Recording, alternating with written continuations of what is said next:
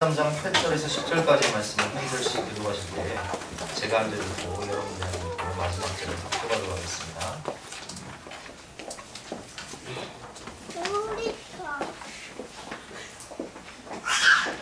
피차 사랑의 빛 외에는 아무에게 보내신 아무 빛도 지지 말고 남을 사랑하는 자는 율법을 다 이루었느니라.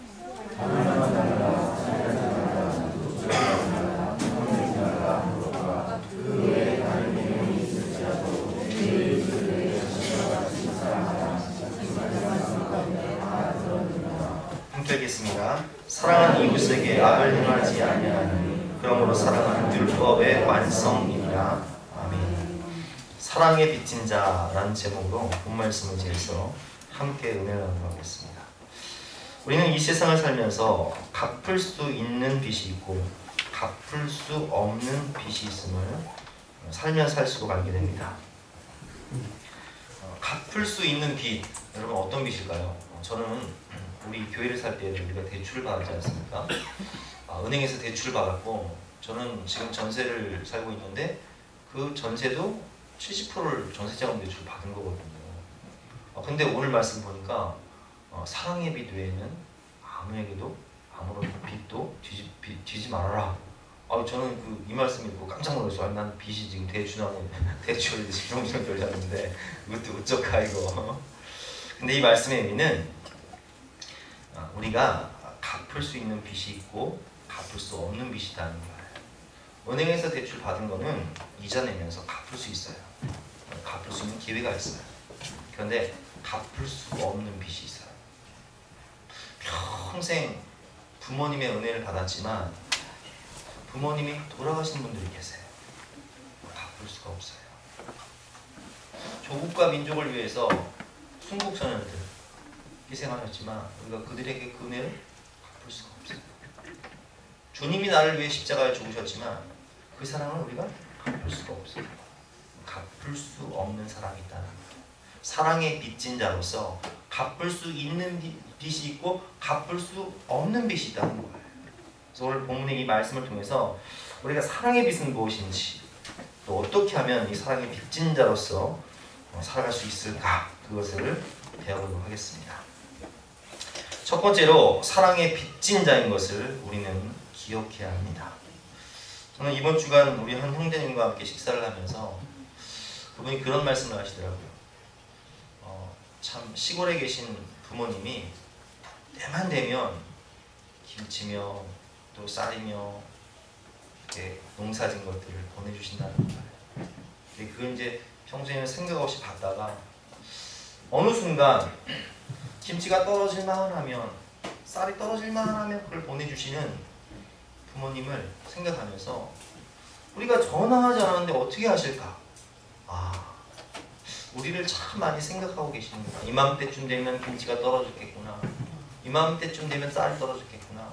이맘때쯤 되면 또 반찬거리가 떨어졌겠구나. 고추장이, 된장이 떨어졌겠구나. 생각하시면서 그걸 보내주시는 그 부모님의 사랑을 생각할 때 너무 가슴이 참 먹먹해 오고 눈물이 흘렀다는 거예요. 그래서 아침에 새벽에 전화를 드려가지고 너무 감사하다고 고맙다고 말씀을 드리면서 울었더니 부모님이 평소 안 하던 짓을 하니까 깜짝 놀라가지고 집안이 발칵 뒤집어졌다는 좀 전설과 같은 이야기가 있는데 여러분 어떻습니까? 우리는, 저도 그래요. 우리 부모님들, 우리 장인 장모님이 참 농사를 지시면요 제가 말하지 않아도 그냥 다 갖다 주세요. 물론 우리가 그걸 다 가지고 교회 식구들과 나눠 먹지만 말하지 않아도 부모님은 그렇게 그냥 모든 것을 자식들을 위해서 주시는 거예요. 그게 갚을 수 없는 부모님의 사랑이죠. 우리는 지금 대한민국이라는 자유국가에서 살고 있습니다. 마음껏 신앙의 자유를 누릴 수 있는 그런 은혜를 받게 되었는데 여러분 그 은혜는 거저 생긴 게 아니에요. 미국 당시에 우리가 잘 알고 있는 이 영화 포화소고를 보면 그 실화를 바탕으로 71명의 학도병의 실화를 바탕으로 만들어진 영화지 않습니까? 이 영화의 주인공은 이우근 학도병인데 이 이우근 학도병은요 서울 동성중학교 3학년 재학 중에 학도병으로 6.25 전쟁에 참전하게 됩니다. 여러분 중3이면 누구 나이죠 지금? 우리 반주한 진아, 진아, 지석이, 휘영이, 아연이, 은혜 다 중3이잖아요. 우리 교회 학교. 이 아이들 이만한 때에 유교에 참전을 한 거예요. 이렇게 이 71명의 학도병이 낙동강 정선 우리가 이제 다 북한 군에 의해서 함락이 되고 낙동강 전선과 포항 일대만 남았을 때 이 3사단 소속의 학도위원군 71명이 이 포항 여자중학교 앞 벌판에서 이 북한 일개 연대와 치열한 전투를 벌입니다. 여러분 연대 병력이 얼마나 대단합니까? 71명의 학도병이 그들과 맞서 싸우는 거예요. 결국 그들은 이 71명 중에 47명이 전사에서 그 자리에 죽고 14명 부상당하여 적의 포로가 되었고 4명만 탈출하여서 반격작전에 참여하게 되는데 이 2군 학도병은 그날 그 전쟁을 앞두고 어머니에게 이런 편지를 씁니다. 이 편지가 바로 이제 영화의 주제가 되는데 마지막 장면이 이 편지를 읽죠. 제가 한번 읽어보겠습니다. 어머니, 나는 사람을 죽였습니다. 그것도 돌담 하나를 사이에 두고 10여 명은 될 것입니다. 나는 4명의 특공대원과 함께 수류탄이라는 무서운 폭발물을 던져 일순간에 죽이고 말았습니다. 수류탄의 폭음은 날 고막을 찢어버렸습니다. 지금 이 글을 쓰고 있는 순간에도 귓속에는 무서운 굉음으로 가득 차 있습니다. 적은 다리가 떨어져 나가고 팔이 떨어져 나갔습니다. 너무나 가혹한 죽음이었습니다. 아무리 적이지만 그들도 사람이라고 생각하니 더욱이 같은 언어와 같은 피를 나눈 동족이라고 생각하니 가슴이 답답하고 무겁습니다. 어머니, 전쟁은 왜 해야 하나요? 이 복잡하고 괴로운 심정을 어머님께 알려드려야 내 마음이 가라앉을 것 같습니다. 저는 무서운 생각이 듭니다. 지금 내 옆에는 수많은 학우들이 죽음을 기다리는 듯 적이 덤벼드는 것을 기다리며 뜨거운 햇빛 아래 엎드려 있습니다. 적은 침묵을 지키고 있습니다. 언제 다시 덤벼들지 모릅니다. 적병은 너무 많습니다. 우리는 겨우 71명입니다. 이제 어떻게 될 것인가를 생각하면 무섭습니다. 어머니, 어서 전쟁이 끝나고 어머니 품에 안기고 싶습니다. 어제 저는 내복을 손수 빨아입었습니다. 물냄새 나는 청결한 내복을 입으면서 저는 두 가지를 생각했습니다. 어머님이 빨아주시던 백옥 같은 내복과 내가 빨아입은 내복을 말입니다. 그런데 저는 청결한 내복을 갈아입으며 왜 수의를 생각해냈는지 모릅니다. 죽은 사람에게 갈아입히는 수의 말입니다. 어머니, 어쩌면 제가 오늘 죽을지도 모릅니다. 저 많은 적들이 그냥 물러갈 것 같지는 않습니다. 죽음이 무서운 게 아니라 어머님도 형제들도 못 만난다고 생각하니 무서워지는 것입니다. 하지만 저는 살아가겠습니다. 어머니, 저는 꼭 살아서 다시 어머님 곁으로 돌아가겠습니다. 상추쌈이 먹고 싶습니다. 찬 옹달샘에서 이가 시도록 차가운 냉수를 한없이 들키고 싶습니다. 아, 놈들이 다가오고 있습니다. 살아서 다시 쓰겠습니다. 어머니 안녕. 안녕. 아, 안녕은 아닙니다. 다시 살아서 갈 테니까요. 이 편지를 마지막으로 이 이육은 학도병은 그 자리에서 전사합니다. 이 편지가 주머니에서 발견됐을 때 너무 피해져서 잘하기가 힘들었다고 해요. 그러나 내 정원 장교가 그것을 발견해서 나중에 이 이육은 학도병의 묘지에 그 편지를 새겨줬다고 합니다. 여러분, 찬 옹달샘이 먹고 싶다고, 상추쌈이 먹고 싶다고 어머니를 찾는 이 어린 소년의 희생이 있었기에 우리는 지금 자유를 누리며 이렇게 마음껏 신앙생활을 할 수 있는 것입니다. 근데 젊은 학생들은요, 지금 30%가 6.25에 대해서 잘 모른다고 합니다. 기억하지 못하는 거예요. 제가 언젠가 지리산에 올라가면서 노회에서 지리산 그 정상까지 올라간 적이 있는데 목사님들과 함께 올라가면서 이런 건물을 봤어요. 이게 뭔가 싶어서 물어봤더니 옛날에 선교사님들이 이 지리산에 오셔서 이런 별장을 지어서 여기서 지내셨다고 하는 거예요. 여름만 되면 별장에 오셔서 지냈다고 하시길래 제가 속으로 이렇게 생각했습니다. 야, 그 양반들이 그래도 우리나라에 어디가 좋은지는 알아가지고 이렇게 여름만 되면 휴양을 와가지고 여기서 지냈구나 이런 생각을 했는데 사실은 그분들이 휴양을 온 게 아니에요. 어린 자녀들을 데리고 선교지에 가게 되면 풍토병이라는 게 있습니다. 우리나라 아이들은 어렸을 때부터 우리나라에 자랐으니까 내성이 생겼지만 미국에서 이렇게 온 아이들은 내성이 없는 거예요. 그래서 이 어린 자녀들이 풍토병 때문에 여름만 되면 다 죽는 것 같아요. 그래서 이 어린 자녀들을 살려보고자 선교사님들이 여름이 되면 이 아이들을 데리고 짐을 싸가지고 이 별장에서 지내다가 여름이 지나면 되는 거예요. 제가 처음 사역하던 곳은 이대 부속 병원이라는 병원교회였습니다.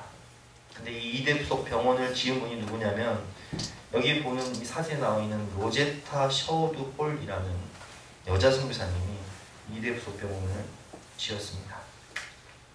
이 로제타 셔우드 홀 선교사님은 미국의 펜실베니아 의과대학을 졸업한 후에 역시 의사였던 남편을 만나서 우리나라에 의료 선교사로 오게 됩니다. 닥터홀 의사로서 혼신의 힘을 다해서 당시 우리나라가 청일전쟁으로 많은 병자들이 또 부상병들이 생겨서 이 의사 선생님이었던 이 남편은 그 죽어가는 환자들을 살리고자 밤낮 가리지 않고 치료하다가 과로와 또 전염병에 걸려서 1894년 11월 24일 순교하고 맙니다. 당시에 이 로제타 선교사님은 결혼 2년 5개월 만이었고 2살 된 아들이 있었고 뱃속에는 7개월 된 딸이 있었다고 합니다. 사랑하는 남편을 잃고 2살 된 아들과 또 7개월 된 딸을 데리고 살 길이 없어서 다시 미국으로 돌아갔는데 그때 이 미국의 이 모 교회 자신들을 파송했던 남편의 교회에 딱 가더니 성도들이 같이 막 울면서 반겨주는 거예요. 어떡하니? 어떻게 사니? 예배를 드리는데 성령께서 이 딸에게 이렇게 말씀하십니다. 사랑하는 딸아, 네 남편 윌리엄 홀이 이루지 못한 조선 사랑을 네가 이루거라. 네 남편이 죽기까지 사랑할 그 조선 사랑을 네가 이루거라. 이렇게 말씀하시는 거예요. 아, 내 남편이 죽기까지 사랑한 그 조선의 사랑을 이루니까 제 딸을 낳고 그 어린 아들과 딸을 데리고 다시 한국에 들어옵니다. 그리고 그 모 교회에서 이 남편을 생각해서 모아준 이 선교원금을 가지고 이 남편 기념 병원을 세워요. 선교사를 하던 중에 여기 보면 조그만 딸이 있죠. 조그만 딸. 몇 살처럼 보입니까? 참 어려 보이죠. 우리 다은이 또래밖에 안 되는 것 같아요. 이 딸이요, 제가 아까 말씀드렸지만 풍토병에 걸려서요 죽게 됩니다. 그 남편 옆에 그 무덤에 묻는데 이 셔우드 선교사님은 이 딸을 또 묻으면서 이렇게 기도했다고 합니다. 하나님, 사랑하는 내 딸을 묻습니다. 내 남편 옆에 묻습니다. 사랑하는 내 아들 셔우드홀과 한국에서 평생 사역할 수 있게 해주세요. 남편이 못 이룬 죽기까지 사랑한 조선의 사랑을 내가 이룰 수 있도록 도와주세요. 이렇게 기도하면서 새롭게 사역을 시작합니다.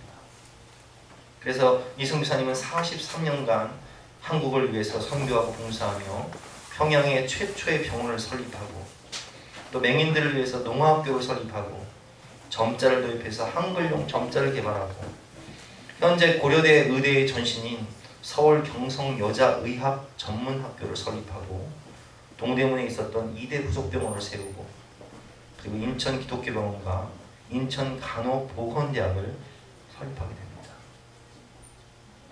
우리나라를 위해서 그렇게 평생을 살다가 우리나라에서 죽게 돼요. 근데 이 아들, 여기 보면 아들이 있는데 이 아들도요 참 머리가 좋고 참 유능한 인재였습니다. 그는 우리나라에서 어린 시절을 보냈지만 미국으로 유학을 가서 또 대학 시절을 보내고 또 대학은 캐나다의 토론토 대학의 의과대학에 진학을 해서 흉부질환과 폐결핵을 전공하면서 아주 정말 이렇게 앞날이 탄탄한 그런 사람으로 자라는데요. 결혼을 한 후에 아버지와 어머니가 이룬 그 조선의 우리 민족을 위한 사랑을 이루기 위해 주님의 사랑을 전하기 위해 의사였던 이 아들도 우리나라에 들어옵니다. 그래서 어렸을 때 보면 우리나라에 정말 많은 그 결핵 환자들이 많이 죽어나갔거든요. 그래서 그들을 살리고자 결핵 퇴치 운동을 만들고 크리스마스 실, 여러분 어렸을 때 학교에서 크리스마스 실 많이 샀죠. 그거 바로 이분이 만든 거예요. 우리나라에 크리스마스 실을 도입해서 결핵 퇴치 운동을 하게 되고 결핵 전문 병원을 세우고 그러다가 1940년에 일제 탄압에 의해서 한국에서 추방당하게 되는데 추방당하면서 인도에 부임하셔서 23년 동안 거기서 결핵 운동을 하시다가 1991년에 이제 별세하시기 전에 잠깐 한국에 들어오신 적이 있어요. 우리나라에서 훈장을 주셔가지고 이제 받으러 들어온 적이 있는데 그분이 유언을 이렇게 했습니다. 제가 죽으면 우리 어머니와 아버지가 묻혀있는 또 내 동생이 묻혀있는 양화진 선교사님 무덤에 나를 함께 주십시오. 살아도 또 죽어도 끝까지 사랑하는 나라 이 민족 이 땅에 묻히고 싶습니다. 그래서 지금 양화진에 가면 가족들이 다 이렇게 묻혀있습니다. 여러분 어떻습니까? 우리는 사랑의 빚진 자예요. 믿음의 선배들, 믿음의 부모님들, 믿음의 선교사님들, 족을 위해 죽어가신 순국 선열들의 사랑의 빚을 우리는 기억해야 돼요. 우리가 아직 주행되었을 때 그리스도께서 우리를 위하여 죽으심으로 우리에 대한 하나님의 사랑을 확증하셨지 않습니까? 우리는 그 주님의 사랑을 기억해야 돼요.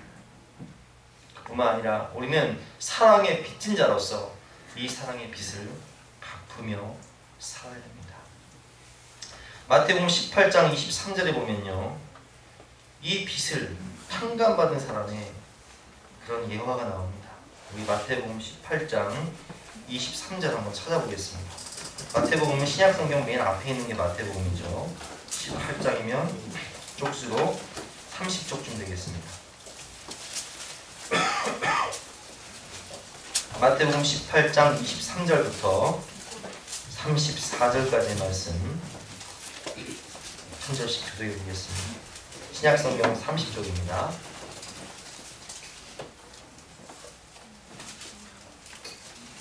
제가 한 절 읽고 여러분들이 한 절 읽도록 하겠습니다. 마태복음 18장 23절에서 34절까지 말씀입니다. 그러므로 천국은 그 종들과 결산하려 하던 어떤 임금과 같으니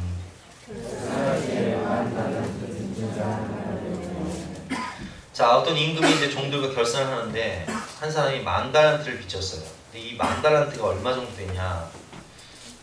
못 찾으신 분들은 그냥 저를 보세요. 그냥 우리 어르신들은 저를 보시면 되겠습니다. 한 달란트가 한 우리나라 돈으로 한 4억 정도 된다고 생각하시면 됩니다. 10,000달란트요.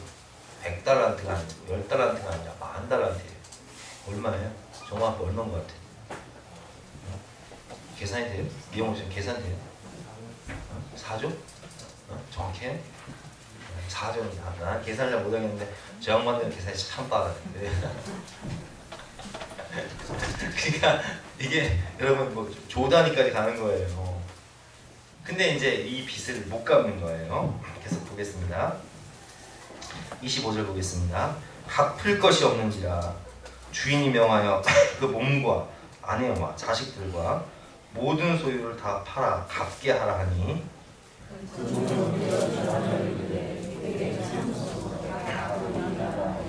그 종의 주인이 불쌍히 여겨 놓아보내며 그 빚을 탕감하여 주었더니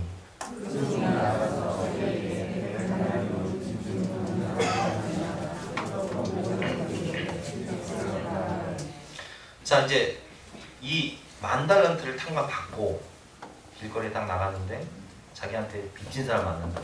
네, 돈 있고 간 사람을. 이 사람이 못 갖고 있는데 그게 얼마냐면 100데나리온이잖아요. 그러면 100데나리온이 얼마냐? 우리나라 돈으로 하루 일당이 한 데나리온이에요. 그러면 100데나리온이면 일당을 10만 원으로 줬을 때 곱하기 100하면 얼마죠? 1,000만 원. 이건 쉽잖아요. 1,000만 원 돈 띄어먹은 사람 만났어. 나는 얼마 탕감 받았어요? 4조 탕감 받았어. 근데 이 사람 얼마 빚졌어요? 1,000만 원. 어떻게 하는지 한번 보겠습니다. 29절부터 보겠습니다. 그 동료가 엎드려 간과에 이르되 나에게 참아주소서 갚버리이다 하되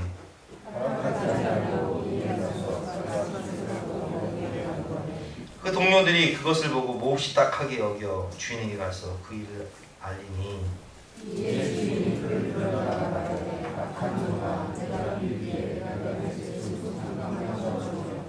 내가 너를 불쌍히 여김같이 너도 내 동료를 불쌍히 여김이 마땅하지 아니하냐 하고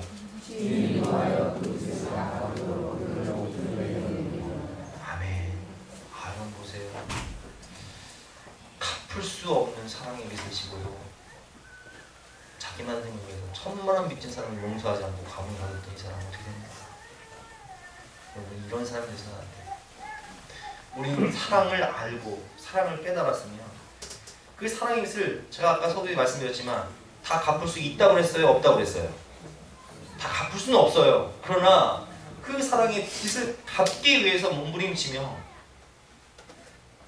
은혜를 갚기 위해서 사랑을 갚기 위해서 몸부림치며 그렇게 살아지 않겠습니까? 그런데 오늘 우리가 이 말씀을요, 오늘 본문으로 다시 돌아가서 로마서 13장 8절에서 10절 말씀을 보면 참 아이러니한 역설적인 그런 면을 발견할 수 있는데요. 자, 제가 아까 서두에 말씀드렸지만 갚을 수 있는 사랑이 있고 갚을 수 있는 빚이 있고 갚을 수 없는 빚이 있다고 했어요. 사랑의 빚은 갚을 수 있는 빚입니까? 없는 빚입니까? 갚을 수 없는 빚이죠. 갚아도 갚을 수가 없어요. 아무리 우리가 애를 써도 갚을 수 없는 빚이 사랑의 빚이에요. 그런데 희한하게요. 사랑의 빚을 갚으면 어떻게 되냐? 8절과 9절과 10절을 제가 한번 읽어보겠습니다. 잘 들어보세요. 피차 사랑의 빚 외에는 아무에게든지 아무 빚도 지지 말라. 남을 사랑하는 자는 율법을 다 이루었느니라. 남을 사랑하는 자는 뭘 다 이루었다고요? 율법을 다 이루었다. 또 9절 보겠습니다. 간음하지 말라, 살인하지 말라, 도둑질하지 말라, 탐내지 말라 하는 것과 그 외에 다른 계명이 있을지라도 내 이웃을 내 자신과 같이 사랑하라 하신 그 말씀 가운데 다 들어있느니라. 10절 사랑은 이웃에게 악을 행하지 아니하나니 그러므로 사랑은 율법의 완성이니라. 율법을 다 이루었느니라. 율법의 완성이니라 말씀하시는데 우리가 로마서 7장으로 돌아가서 우리가 보면요, 뭐 찾을 거 없어요. 그냥 저를 보세요. 다 아는 내용이니까. 우리가 율법을 다 지킬 수 있습니까? 없습니까? 우리가 우리의 힘과 우리의 행위와 우리 노력으로 율법을 다 지킬 수 있어요? 없어요? 없는데, 그런데 우리가 사랑을 갚고자 하면 오늘 말씀을 보면 율법을 어떻게 한다고요? 다 이루었느니라. 율법의 완성이니라. 아멘? 이게 무슨 원리죠, 여러분? 로마서 5장 5절을 한번 찾아보세요. 로마서 5장 5절.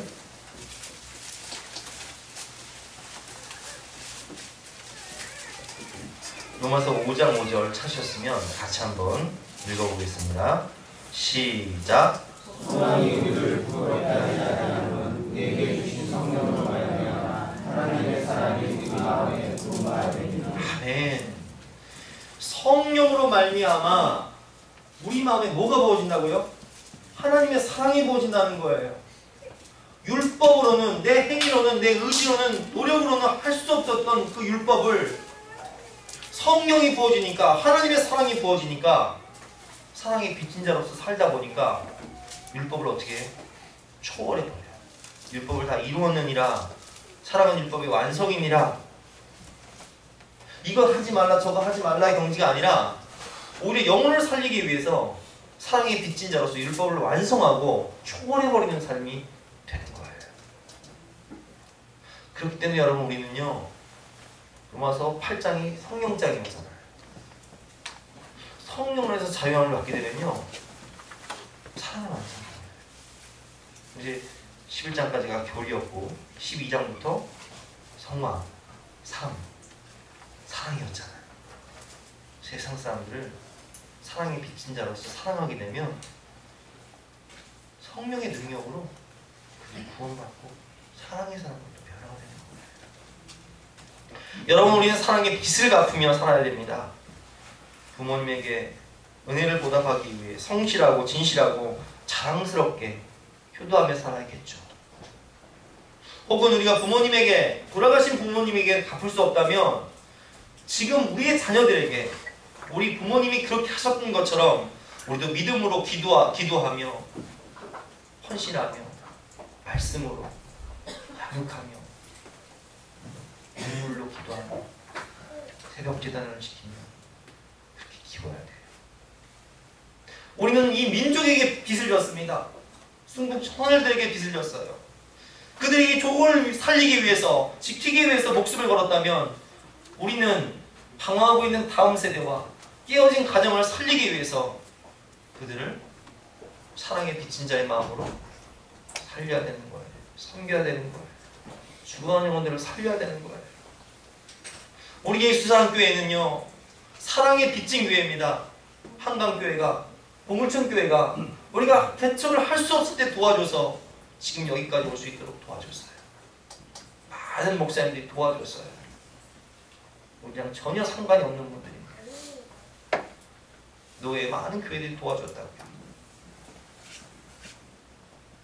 여러분 그러기에 우리는 더욱더 사랑의 빚진 자로서 우리보다 더 약한 개척교회들 더 어렵고 눈물 흘리고 고통 가운데 있는 작은 교회들을 돌보고 섬기고 선교지에 있는 선교사님을 돕고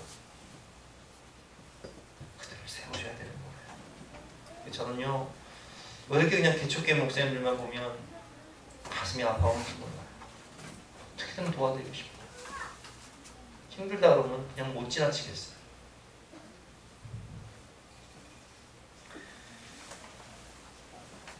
우리는 사랑의 빛을 갚으며 살아야 됩니다. 우리 믿음의 선배들이 우리 부모님 세대가 산업화 시대에 그렇게 살았고 우리 할머니 할아버지 세대 6.25 일제시대를 그렇게 이겨내셨고 이제 그 바통이 우리에게 온 거예요. 여러분 사랑의 빚진 자로서 살 때 오묘하게도 오늘 하나님은 그것이 우리의 선 그것이 우리의 아침이 된다고 말씀을 하고 계십니다. 바라고 나기는 우리가 정말 이 사랑의 빚진 자로서 은혜를 갚는 삶의 삶으로 이제는 우리를 통해서 우리의 땅의 다음 세대가 살고 가정이 살아나고 한국교회가 살고 세계 선교가 이루어지는 복의 가운데 되시는 저와 여러분 되시기를 주님의 이름으로 축원합니다. 함께 찬양하고 기도하도록 하겠습니다.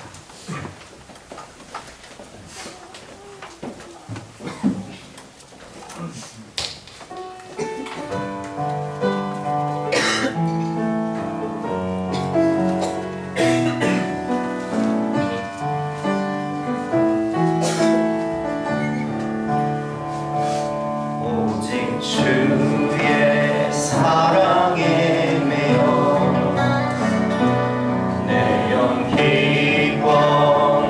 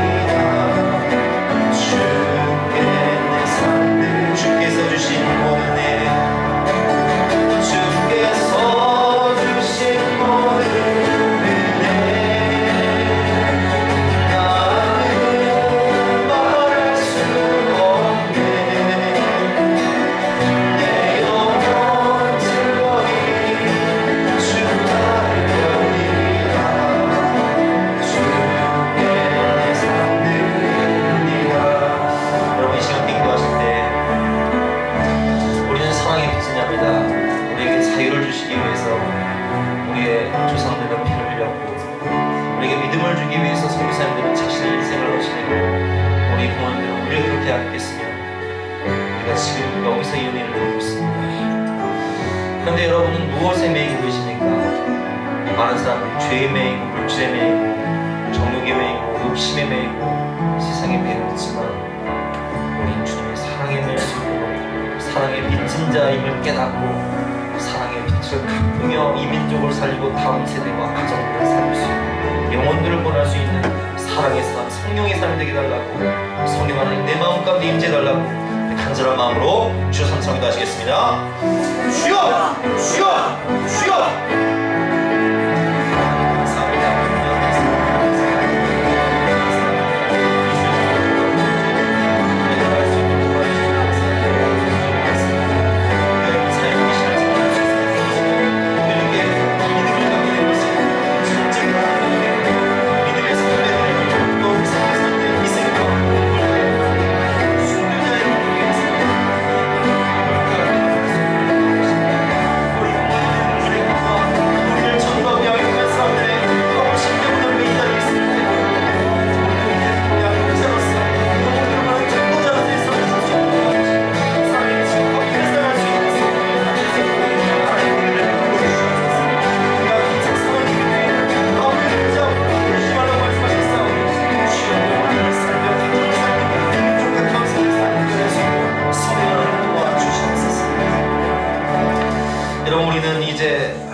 전도하고 우리를 양육하고 우리를 위해 기도하고 헌신했던 사람들과 같이 우리는 이제 기도의 자리에서 또 양육하는 교사의 자리에서 그들을 살리는 사람들이 되어야 합니다.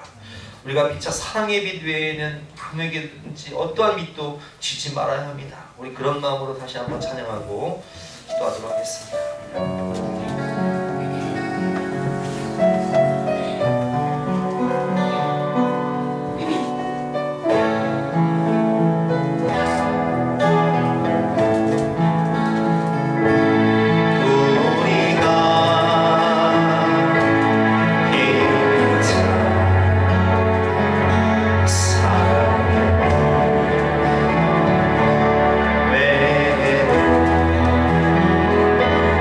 아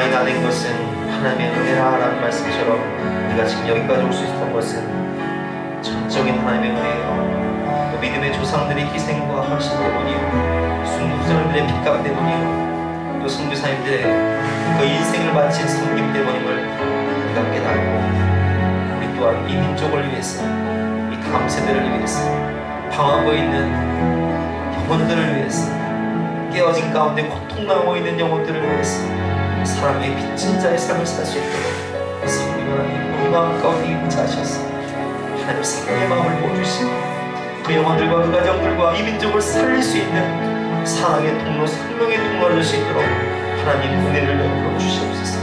우리가 아무에게든지 어떠한 믿어지지 말고 오직 사랑의 빛만 베풀 수 있는 성령의 삶 될 수 있도록 주님 우리를 도와주시고 역사하여 주시옵소서. 감사드리며 예수님의 이름으로 기도드렸사옵나이다. 아멘.